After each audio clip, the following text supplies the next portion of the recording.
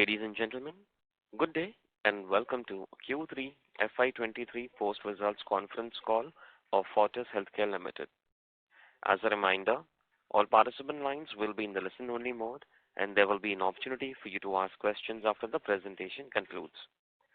Should you need assistance during this conference call, please signal an operator by pressing star then zero on your touchtone phone. Please note that this conference is being recorded. I now hand the conference over to Mr. Anurag Kalra, Senior Vice President, Investor Relations at Fortis Healthcare.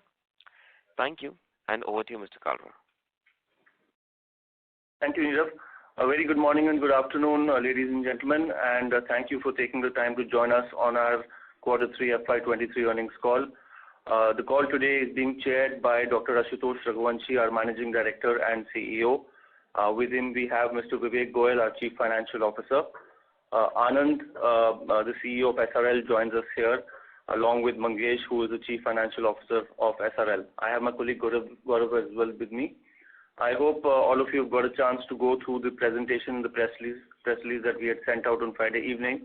Nonetheless, both these documents are also uploaded on the Fortis website for those who haven't got a chance to see it. We will start with some opening comments by Dr. Raghuvanshi on the performance for the quarter, post which Anand will take you through some highlights of the diagnostics business, and then we can open the floor for question and answers. Over to Dr. Raghuvanshi. Thank you, Anurag.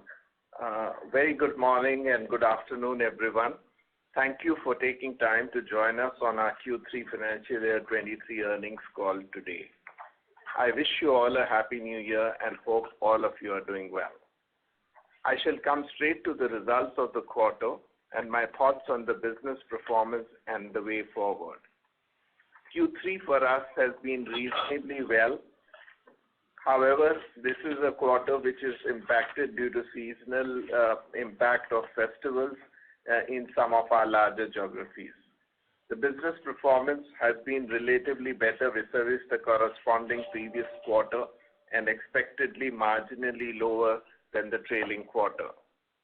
Our consolidated revenues were at INR 1,560 crores, a growth of 6% versus the corresponding previous quarter. This compares to INR 1,467 crores in Q3 of financial year 22. Our consolidated EBITDA margins are at 18.5% versus 20% in the corresponding previous quarter and versus 19.8% in the trailing quarter. This is largely due to the decline in the diagnostic business as a result of fall in COVID volumes. Our profit before tax stood at 175 crores versus INR 185 crores in Q3 of financial year 22. And our profits after tax was INR 142 crore, similar to the previous corresponding quarter. Our balance sheet remains healthy, and given our cash flow generation, we have further reduced our net debt by approximate rupees 100 crores during the quarter. Our net debt as of end of Q3 of financial year 23 stands at INR 471 crore against INR 565 crore at the end of Q2 of financial year 23. This reflects a net debt to EBITDA of 0.41x compared to 0.53x in Q3 of financial year 22. Our hospital business has witnessed a healthy performance in the quarter, allowing us to offset to a large extent the decline in diagnostic business. The consolidated profitability numbers I shared with you just now clearly reflect this. We have witnessed an occupancy of 66% in Q3 versus 65% in corresponding quarter and 70% in the trailing quarter. Higher complex surgical volumes in select medical specialties and strong traction in the international business have resulted in an 8.4% increase in ARPOB to INR 2.02 crores. All this have enabled the hospital business revenue to reach INR 1,267 crores in the quarter a growth of 13% versus Q3 of financial year 22. The hospital business EBITDA grew 14% to touch INR 217 crores, reflecting a margin of 17.1%, similar to the margin in Q3 of financial year 22. If we exclude our Vadapalani facility in Chennai, which is still in red, the overall hospital business margins are at approximately 18%. The international business witnessed a strong recovery in the quarter. Revenue from international business grew 73% versus Q3 of financial year 22, and INR 114 crore, it contributed 9% to the hospital revenue versus 6% in the previous corresponding quarter. On the diagnostic side, the business is still witnessing muted performance due to the decline in volumes related to COVID and COVID-allied tests. However, revenues excluding COVID and COVID-allied tests stood at INR 321 crore versus INR 300 crores for the Q3 of financial year 22, a growth of 7% for the quarter. Overall, the diagnostic business gross revenues stood at INR 331 crore versus INR 388 crore in Q3 of financial year 22. We do believe that the diagnostic business will continue to witness challenges in short term. At the same time, there are initial signs of stabilization through the pace of recovery, though the pace of recovery would be gradual as we see the environment currently. We continue our focus on channel expansion, our specialized test portfolio, and customer touchpoint to lab ratio, all of which continue to be further strengthened. Let me briefly touch on the 9-month performance of the company. For the 9 months ended on December 22, the company's revenue grew 7.3% to INR 4,655 crore versus INR 4,340 crores. In the corresponding previous period, EBITDA for the period stood at INR 878 crore, a margin of 18.9% versus INR 869 crore, a margin of 20% reported in the corresponding previous period. PBT before exceptional items stood at INR 567 crore compared to INR 547 crores, and PAT was at INR 495 crore versus INR 703 crores in the corresponding previous period. I will briefly highlight a few qualitative comments on both our businesses. On the hospital side, investments are on track to increase our bed capacity by 250 to 300 beds per year for the next few years and further bolster our medical and clinical infrastructure. During the quarter, the company onboarded eminent clinicians in medical specialties, surgical oncology, pediatric cardiology, and orthopedics. In the terms of medical infrastructure, the company inaugurated a new digital X-ray service suite at Fortis Vadapalani, introduced a state-of-art surgical navigation, neuro-navigation system at Fortis Amritsar, and launched Mako robotic technology for joint replacements at Fortis Bannerghatta, Bangalore. In addition, the company commenced its EMR, Electronic Medical Record Implementation project, which we believe will significantly enhance patient care, allowing quick access to healthcare records and faster diagnosis and treatment. This would be rolled out across the Fortis network in a phased manner as and when it is developed and ready. Another important aspect to highlight is that our digitization initiatives continue to yield encouraging results. Revenues from digital channels such as our website, app, and digital campaigns have witnessed a year-on-year increase in digital revenues of almost 12% versus the corresponding previous quarter, and their contribution to overall hospital revenues stood at 23%. On the diagnostic business, I will briefly touch upon few things. SRL's performance was impacted by the decline in COVID volumes. However, non-COVID revenues grew 7% for the quarter and 12% for the 9 months of financial year 23 versus the corresponding previous periods. As I mentioned previously, the business is now showing initial signs of stabilization in the aftermath of the COVID surge and the challenging industry environment. SRL continues to focus on improving its channel mix and adding to its specialized test menu, such as those in the area of genomics. In parallel, it continues to optimize its network and customer touch points to lab metrics in order to improve utilization. Just to highlight, during the quarter, SRL added 362 customer touch points, reaching over 3,300 customer touch points. Anand will take you through further details on this in a bit. To conclude, the quarter gone by has seen the hospital business emerge stronger, while the diagnostic business we expect would see better recovery in the next fiscal.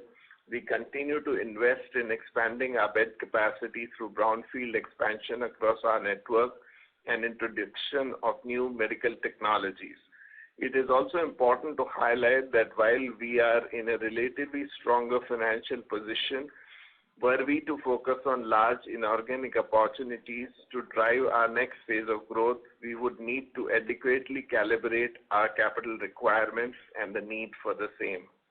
This would help us to further expand our reach and accessibility and enable us to drive future performance and value enhancement for all our stakeholders. Thank you for your time today, and with that, I will hand over to Anand for the diagnostic business update. Thank you. Thank you, Dr. Raghuvanshi. A very good morning to everyone on the call. Thank you for joining us today. On behalf of SRL Diagnostics, I warmly welcome you all to our Q3 FY23 results conference call. During the quarter, we reported a revenue of 332 crores, with 97% of our revenues coming from non-COVID testing. Our EBITDA stands at 71 crores with a margin of 21.5% for Q3 FY23. We conducted 9.4 million tests and serviced million patients during this quarter. SRL's B2C to B2B revenue mix stands at 55-45, consistent with our Q1 and Q2 ratios. Our non-COVID business revenue registered a growth of 7% as compared to Q3 of FY22 and 12% for the 9-month FY23 period versus the same period last year. Our preventive health portfolio posted a growth of 20% in this quarter versus Q3 FY22 and 30% in the 9 months FY23 for the same period compared to the same period last year. Keeping in line with our network expansion strategy, we added 362 new customer touchpoints in Q3 to 2023 for a total number of CTPs to 3317. We added 7 new laboratories in strategic markets during Q3 of FY23. These labs help deliver a quick turnaround time to customers in these markets, thereby making us the preferred laboratory choice for their testing needs. Our customer NPS is constant at 82 for the quarter. Apart from delivering accurate and timely test reports, we have also built a convenient customer experience processes at our centers for home visits and across our mobile app and website. On the people front, we have always prided ourselves on a strong internal learning and development program. One of our endeavors is to be the preferred employer in the diagnostic industry, and we are progressing well on the NPS parameters for the Great Place to Work assessment. SRL has been a pioneer in setting up a robust research and development department. Our R&D team undertakes clinical research studies, co-marketing projects, contract validation studies, and collaborative studies for companion diagnostics.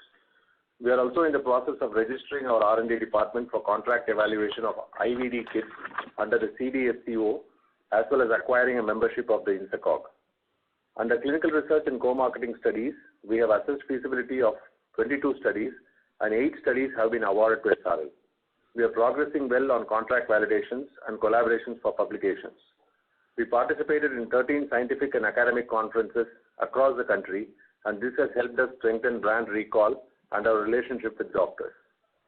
As an organization, we have always been driven by the science of diagnostics and therefore we have built a sustained focus on genomics and next-generation diagnostics. Revenue from genomics showed 29% growth, and number of tests increased by 22% versus Q2 of FY23. During the 9 months, our genomics revenue went up by 43%, and number of tests increased by 36% compared to the same period last year. We will continue our concerted efforts in the chronic diseases category, lifestyle diseases, preventive healthcare category, and our specialized portfolio that comprises of autoimmune diseases, transplant immunology, infectious diseases, and oncology. Thank you for your attention. I would like to hand over the call now to Mr. Anurag Kalra, Head of Investor Relations.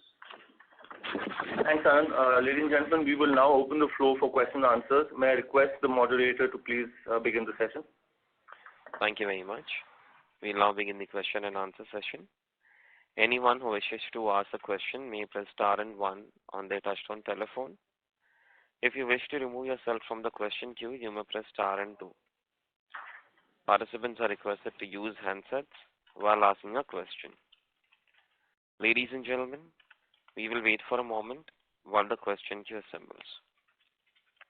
Participants, you may press star and 1 to ask a question.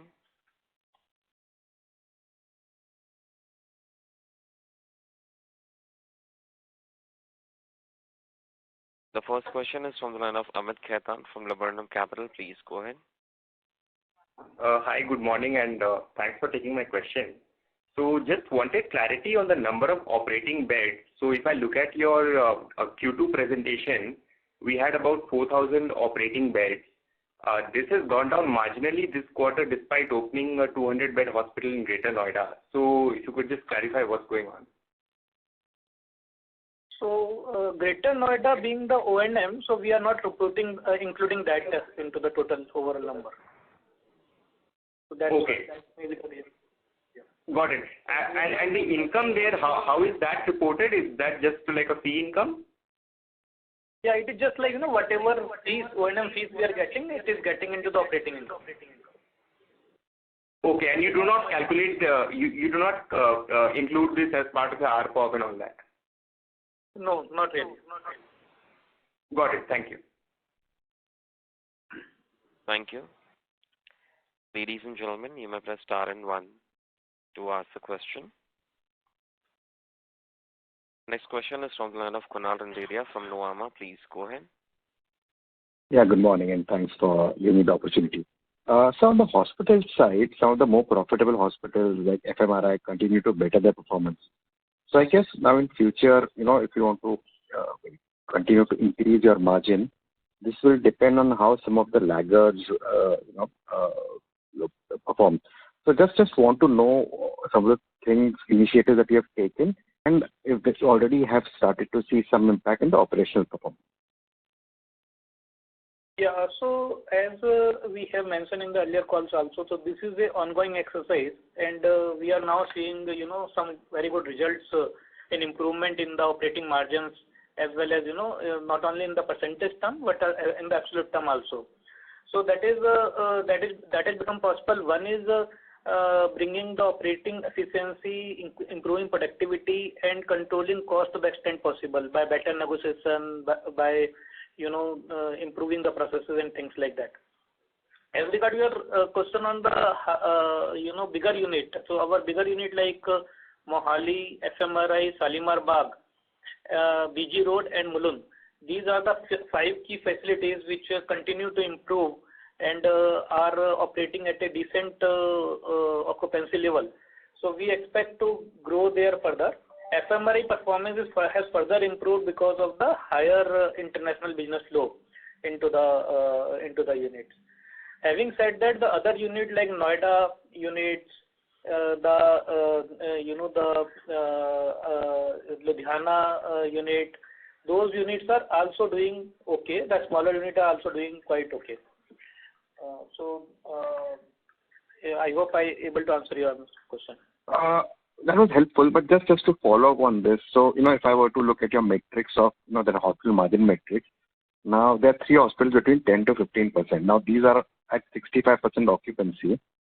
The RPOBs are also pretty much near the company average. So in terms, in revenue terms, I don't really see a lot of upside. So, I mean, are there scope for cost cuts in these hospitals, or you believe that these hospitals will remain in these 10 to 15% kind of range?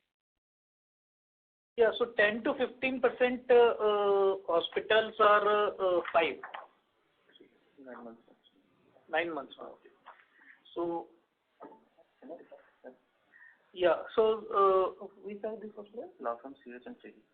Yeah, so these are the 3 hospitals which are, the 2 are very small hospitals. One is Mother Child Hospital in GK, another is the CH Road in Bangalore, and third is the FEHI one. So FEHI one, as we are saying, it is reaching double-digit margin, and it is operating at that level, and we are taking some more steps to bringing it to closer to 15% EBITDA margins in the near future. So that is where we are. I think there are steps which we are taking. For example, in CH Road, there is some renovation we have done, and that has really impacted the performance of this unit, which has now been completed. It has not only given us some more operating bed, but the look and feel of the hospital has also improved. So we are hoping that this hospital will very soon be moving towards 15% EBITDA margin category. Got it. So I have a couple of questions around diagnostics too. So in this quarter, there's a healthy growth in realization per patient, which you attribute to test mix, sorry. So, I mean, can you continue at these levels, or do you see it increasing, or is it preventive tests that you earlier mentioned that has driven some growth in the business? Is that contributing? So, some color on that will be helpful. So thanks. So this preventive health portfolio has grown by about 30% on this 9 months. But also what you can see is that our ARPT has shown a higher growth because last year we had the HP-PPP business as part of our Q3, and this year we have. And as you know that the PPP businesses, the ARPTs are much lower than the overall ARPTs. So that has also contributed to some extent, but otherwise it's the overall test mix that has changed. So I think overall I would say about 2 to 3% contribution from ARPT will be there in the coming quarters as well. Right. And so preventive contribution, that would be how much of your diagnostic revenue, and how does the realization differ from sickness? So it is about 10% of the revenue, total revenue as far as preventive wellness is concerned, as part of the total volume. Then the realization would be 20-30% higher than the typical sickness? The average revenue per accession, that is ARPA, will be higher, but because of it being more of a bundled offering, so the realizations per patient will be higher. Okay. I have a few more questions. I'll join back in. Thank you. Thank you. Participants, you may press star and ask a question. The next question is from the line of Shyam Srinivasan from Goldman Sachs. Please go ahead. Good morning, and thank you for taking my question. I just want to understand how we should look at occupancy trends for, say, 4Q, or what we are trying to project or aspire for in fiscal 24 in terms of utilization improvements. And if you could also understand, if you could split it into either mix, local patient market share, as well as international patient market share, if you could help us understand where those utilization improvements could come from. Yeah, Shyam. So occupancy numbers are definitely trending a little higher than the previous quarter, but not in a very large quantum. Regarding the international business, as we said that it has grown, which in the previous quarter was about 6-7%, has grown up to about 9%. So that trend is continuing and is likely to continue this quarter as well. Some of the units, especially in the northern belt in Punjab, as well as a little bit towards the NCR, also I think see a winter effect. So that also, as winter goes away, generally this quarter we should see a upswing there as well. Dr. Ashutosh, we earlier had an aspiration to reach 70%, like on a full year basis. Let's assume fiscal 24. Do you think we are on track for that? So most of the larger hospitals are tracking 70 or above, but there are many units in the system which are still at a lower occupancy level. One of the larger units which is still at slightly lower occupancy is Bangalore, where the occupancy levels are about 55-56%. So there we expect some upside because some new clinical talent and new programs and technology has been added recently. So Shyam, if you look at the margin metrics also, about 2,800 beds in the top three EBITDA buckets are already trending, as Dr. Raghuvanshi mentioned, between 71 and 72%. And another about 500 beds are at 65. It's just the bottom category beds which are lower, which bring down the overall company occupancy. That's helpful. Second point is on clinical talent. Dr. Ashutosh, you actually started off by saying, in your opening remarks that you have managed to attract talent. So if you could walk us through what's happening on clinical talent, is there a bidding war, if I can say it? How are you, in terms of compensation, either clinician's fee or employee fee? Are you seeing any kind of an inflation there, which is probably something that you need to compete in from an HR or a talent perspective? So right now the situation seems to be pretty stable. Not too many movements are happening, nor is there any kind of a bidding war. But of course, in future that can happen. The slightly higher payouts on the clinic, on the doctor's fee, what you see is related to the surgical revenues being higher. So at the moment, we are not seeing any great pressure on this front. Dr. Ashutosh, still single-digit attrition, if we were to measure some of the numbers? Yeah, so among the senior doctors, we see attrition of about less than 6%, which is even lower actually in some of the categories.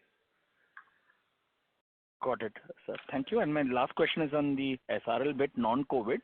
I think we witnessed about 7% non-COVID revenue growth. Remind me, there is no issue of DDRC consolidation or JV, right? Is it a clean number is what I'm trying to see at 7%? Is it organic growth, including, say, DDRC in the past and currently? Yes, it's a like-to-like growth because, we consolidated DDRC in April of 2021. So the entire FY22 has DDRC numbers. So it's a 7% growth on, quarter-to-quarter basis. Yeah. So Anand, if you could help us then disaggregate that 7 into, say, volume and price, because I don't think we can infer directly using whatever reported numbers. So, what are you seeing on volume trends? And different listed players have given different numbers in the sense between 7 to 10% volume growth has come. So what are we seeing for our SRL non-COVID business? On the non-COVID business, if you see compared to last year's quarter, as I was referring earlier as well, so we had Himachal Pradesh PPP business, which was a high volume, low ARPT business. So that business is not there with us now. So if you remove that, our growth is about 11%. So out of that, if you see, the volume is about 5% growth on volumes, and accordingly, you can see that the ARPT growth is there. To that extent. So 50% coming from volume, 50% from price looks like, or mix change or whatever. Maybe there's higher wellness or something. Exchange, yeah. There's no price increase, it's a mix change. Okay. And what's the outlook here from a volume development perspective? Say fiscal 24, do we think we go back to a high single digit or a low double digit volume environment for just SRL? So overall, if you see, we are growing the volume without the HPPPP. Non-COVID volumes are growing at about 12%. So I think a similar trend will continue here in the range of 10 to 12%. Got it. Thank you so much and all the best. Thank you. Thank you. Participants, you may press star and 1 to ask a question.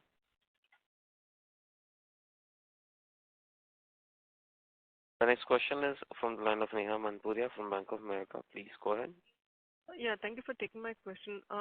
Dr. Raghuvanshi, in terms of the expansion strategy for Fortis, I know we have brownfield expansion plan which are underway, but as we look at, let's say, growth over the next, 2 or 3 years, are there any pockets where we see the need to probably, add more capacity, in terms of greenfield capacity or M&A based on your presence? Would you like to see more capacity in some markets, and are we pursuing that more aggressively versus the past? Yes. So essentially, our focus has been on the brownfield expansion because it's a low-hanging fruit, comes at a lesser capex, and has a relatively shorter period in which it gets into a profitable zone. Having said that, you're right that now the time has come where we have to think of inorganic expansion as well. And we certainly are looking for opportunities which will be complementary and synergistic to our existing operations, as we have said earlier, that in the given geographies, clusters where we are present, and or a fully formed cluster if it was to be in some other geography which is attractive. So those are the things which we are going to look at. Some of the cities like NCR, Bangalore, and Mumbai are our preferred geographies where we are looking for possible opportunities. Assessments are, valuations for asset available, has that come off, over the last few years? I know at one point of time, it was fairly unreasonable, or you don't think there's been any change in valuations for assets available? I think the expectations are still quite high in most cases, but I think it is for us to evaluate whether it is a project where we can add further value. If that is a possibility, then of course even in some of the prime location, even if the asset was to be of a high value, but we think that we can add further value, we would consider those. But I don't think things have changed dramatically in terms of expectations in the hospital space for valuation. Understood. And my second question is, in relation to the brownfield expansion that we're doing, does this, brownfield bed addition allow us to, let's say, improve our POBs, and I'm asking this from a point of view of, are you adding this capacity to, let's say, increase our high RPOB specialty mix, and I should see these beds as being higher realization versus the average realization in that particular hospital? Would that be a fair way to look at a brownfield bed expansion? Yeah. So essentially, most of these beds, what they would lead to do is that the surgical work, which is typically a higher ARPOB business, is likely to grow. So the net effect would be that. However, it's not necessarily that we are building it for that reason alone. The second thing which these things are doing is that some of the hospitals which are older, they are also simultaneously getting refurbished, and the look and feel of the facility is improving, service standards will be improving, and as a result of all those factors, I believe that the ARPOBs will certainly improve. Understood. And my last question is on the payer mix. I think if I look at the chart, our sort of government CGHS is roughly at about 20%. If I go back in history, this used to be sub 15%, right? So, is there efforts to sort of increase our cash and TPA mix to thereby reducing the patient payer mix in these institutional government business? Yes, you're absolutely right. Some of these categories have gone higher, and that is because of some newer schemes coming in Rajasthan, for instance, etc., which we had to take, and West Bengal. But we are calibrating this, and again, our aim has always been to keep it around 15%, and we want to go towards that. But it may not happen in 1 or 2 quarters, but definitely over the next 2 or 3 quarters, we should get it back to about 15% or lower. Understood. Thank you so much for taking my question, sir. Thank you. Ladies and gentlemen, you may press star and 1 to ask the question. The next question is from the line of Dinesh Phatak from White Oak Capital. Please go ahead. Yeah, thank you for the opportunity. Just to the earlier question, you just replied that we had to take the government business in Jaipur and West Bengal. Can you just please elaborate on that? Yeah, there are 2 schemes in the respective states which cover a very large population, and because of the kind of local pressures, etc., we had to sort of open that up. Then second factor was typically these 2 hospitals were working at slightly lower occupancy levels as well. So we did have a kind of capacity available, and on marginal cost basis, it made sense to increase that. So we had to increase that because of those. Is the land there based on some concessions with the government, or can you just explain the asset ownership there? No. In fact, both these places, there are no such constraints. So then it's just nudging by the government that you had to take it or you wanted to take it? Sorry, I'm not clear right now. It was more than a nudge, I would say. Okay. You can drop it, right? Later on. You don't have to necessarily, there's no mandate from the government to take these schemes, right? No, there is a mandate, but the mandate is being sort of, petitioned and initially, and then we would see how we can work towards that. I think it's an industry-wide issue in these 2 cities at the moment, and definitely there are going to be initially probably there is going to be more demand also when such a scheme comes, and that demand sort of goes down as well. So we are pretty hopeful that we should be able to calibrate it down to our desired level of 10 to 15%. How much lower are the realizations of these schemes versus the cash and the private insurance patients? Typically about 30 to 40% lower. Okay. Are these 2 hospitals also in that 10 to 15% EBITDA margin bucket where you said number of facilities, 3 facilities? Which bucket are they part of, these 2 hospitals? Yes. So Calcutta for this quarter is in that category, but because there were some couple of one-off payments, otherwise Calcutta is about 20 generally. Yes. And Jaipur is in the other category, which is about 3%. Okay, so out of the 3 facilities between 10 to 15% margin bucket, one is Jaipur. Which are the other 2, sir? One is LaFemme, the other is CH Road, and the third one in the 10 to 15 is Fehi.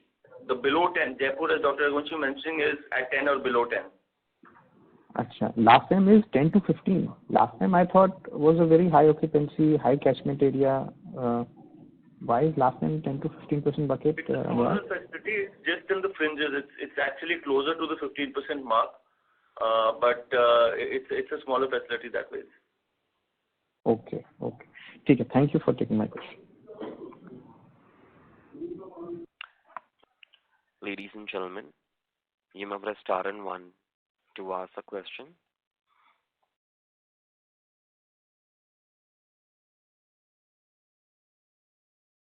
Participants, you may press star and 1 to ask a question. Next follow-up is from the line of Shyam Srinivasan from Goldman Sachs. Please go ahead.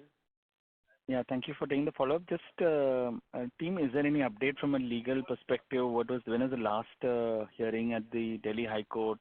And is there some kind of a guided timeline on what could happen in the next 3-6 months? So Sam, Vivek here. So there are actually we are not part of any legal proceeding right now.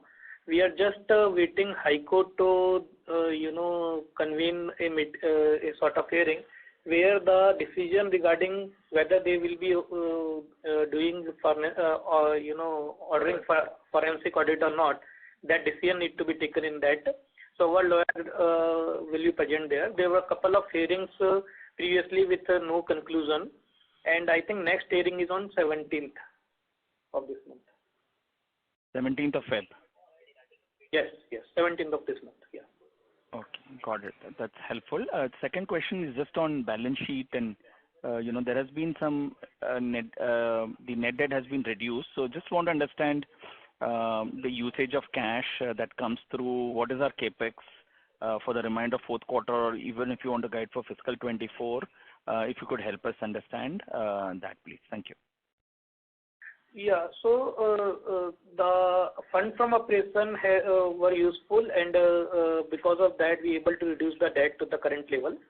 As regard the capex outflow is concerned, we are spending at a run rate of 100 to 125 crore per quarter on the capex, and we expect this to go up in next financial year slightly, because we are planning to increase invest in the technology. Like Dr. Raghuvanshi mentioned in the initial call, we want to move in a gradual manner for robotic program that will require some investment. Plus, this brownfield expansion will also be kicking in.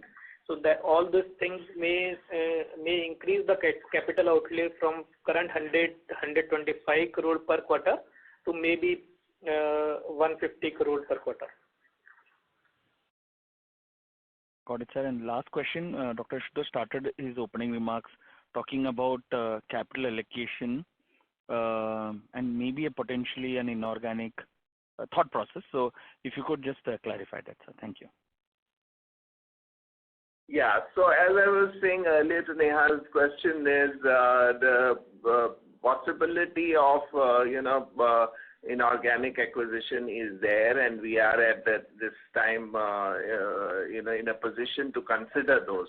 So though there is nothing conclusive at the moment, but we continue to be open to evaluate those with much more rigor than what earlier we were doing.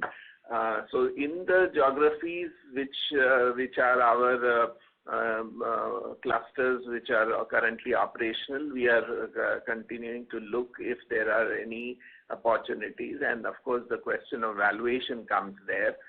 So if it is at an attractive price point, then we would definitely consider them at the moment. So yes, we are very open to that now. Sir, last data point, Vadapalani, what is the losses? It used to be 8 crore, I remember, historically, per quarter. It is around same level. And we had like a soft guidance of this breaking even in fiscal 23, maybe, I don't know whether that's moved around. It is taking slightly more time looking like. So earlier we were expecting to break even in next 6 months time, but it may take slightly more time. And the reason is, what's the reason, Vivek sir? Why the delay?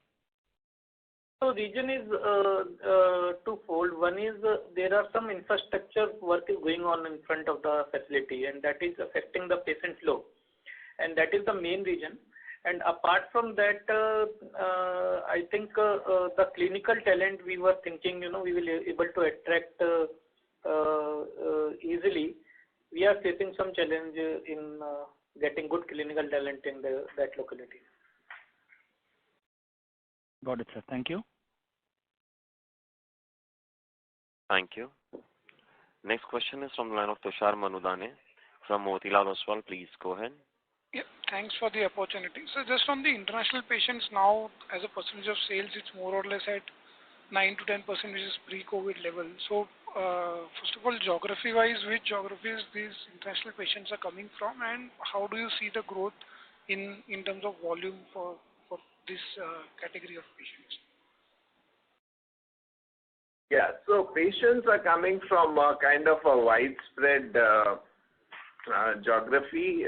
Mainly, we get a lot of patients from Africa, both from East as well as West side, but mainly East Africa, and some patients from Middle East, essentially from a couple of countries like Yemen as well as from Qatar. So those are the larger numbers. Other than that, there are for few specialities like liver transplant, etc. We do get patients from Central Asia as well as from sometimes as far off places as Fiji and Philippines as well. As far as the growth in this is concerned, I think we have seen a good growth, as we said, and it should grow further, but it's difficult to guess how much more growth will be there on this segment, as we continuously see our domestic patients also going up. So as a percentage, I believe that it is likely to remain in 10 to 11% for some time. Got it, sir. And just broadly, the breakdown of gross block into hospitals and diagnostics business, please. Sorry, which one? Gross block. Gross block breakdown into hospitals and diagnostics business. So, you have the number, Mangesh? Diagnostic business का number है gross block. It is, I will say, around not even 10%.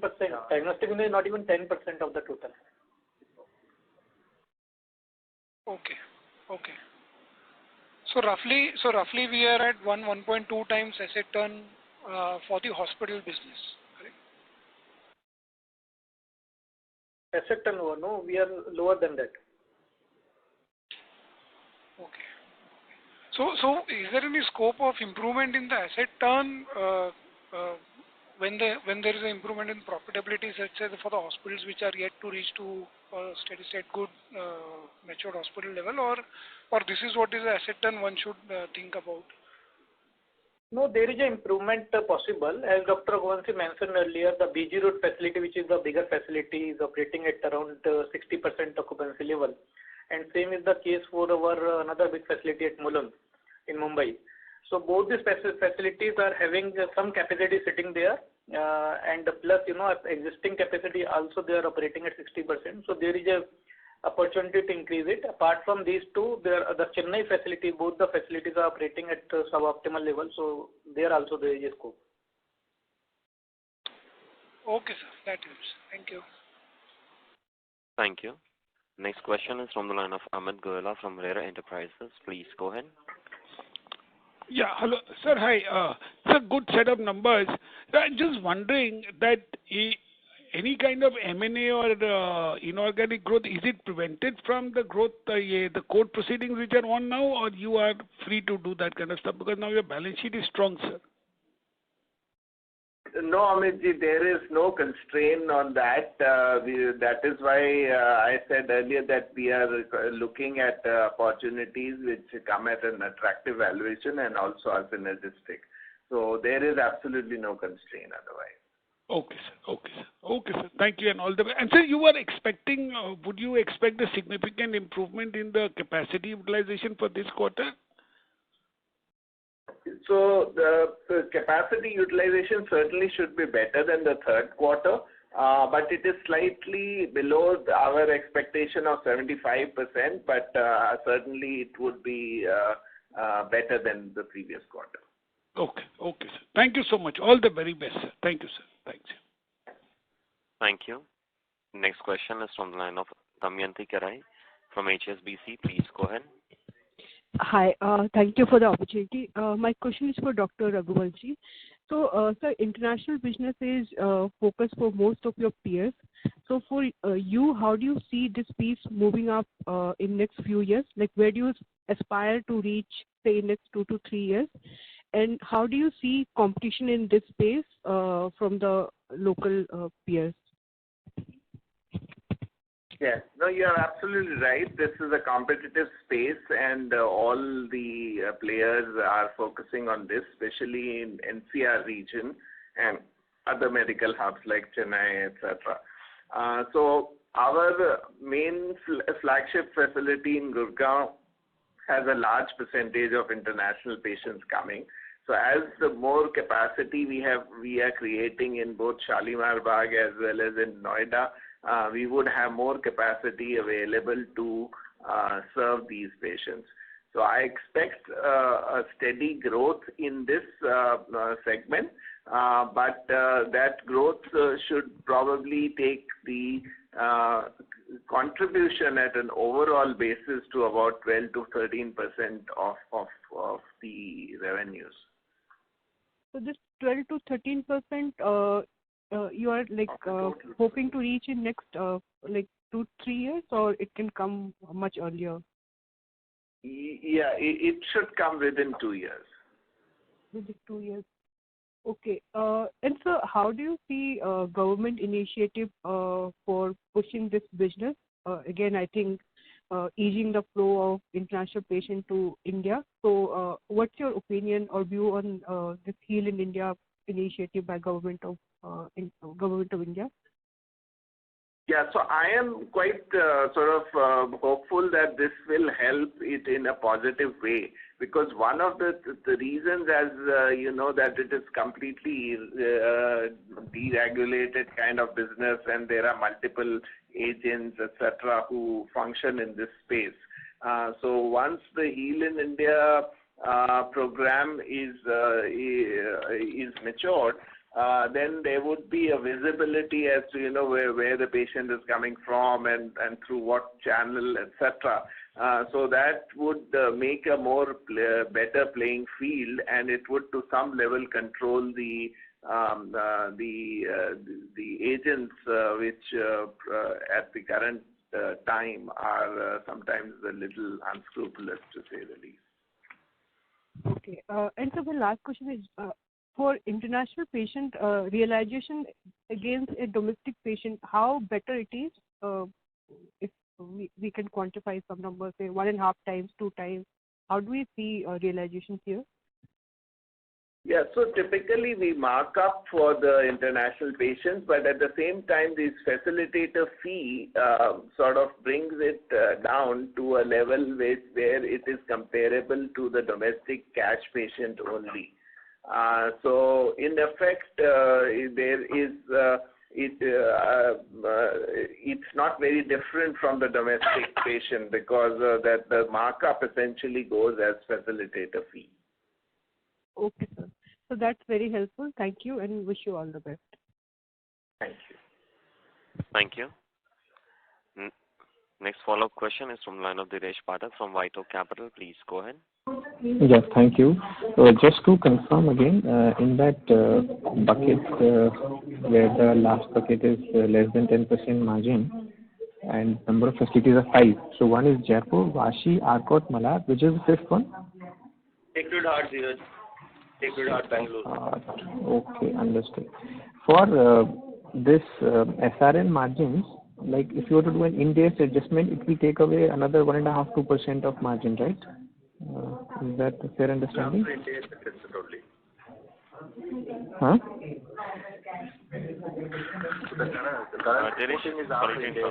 Sorry to interrupt. There is a lot of background noise from the line. May I request you to mute your line, please? Yes. Thank you. Sir, please continue. The current reported EBITDA is after Ind AS adjustment. The EBITDA percentage reported and EBITDA reported in the presentation is after.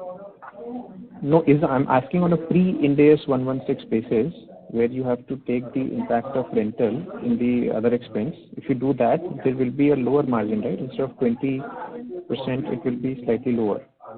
Yeah, that's right. So all our EBITDA are reported as per Ind AS. So if we adjust for pre-Ind AS, then the margin will be low. That's right. No, that impact is roughly 2% of revenue, right? Is that a fair understanding? 1.5 in SRL, because I can work out on a total company level. I'm not able to work out at SRL level. I will have to check that. It would be in the range of 1 to 2%, but exact percentage I will have to check. Okay, ठीक है, thank you sir. Thank you very much. I now hand the conference over to the management for closing comments. Thank you. Ladies and gentlemen, thank you very much for joining us on the call today. I just want to mention that some of the statements and discussions by the management, as also mentioned in the IR presentation and press release, may be forward-looking in nature and may involve a certain element of risk and uncertainty. Kindly keep in mind the disclaimer that's been mentioned in the presentation and the press release. Gaurav and I are here to answer any further questions, clarifications you may have. Please feel free to email us or talk to us. Thank you very much and have a good day. Thank you very much. On behalf of Fortis Healthcare Limited, that concludes this conference. Thank you for joining us. You may now disconnect your lines. Thank you.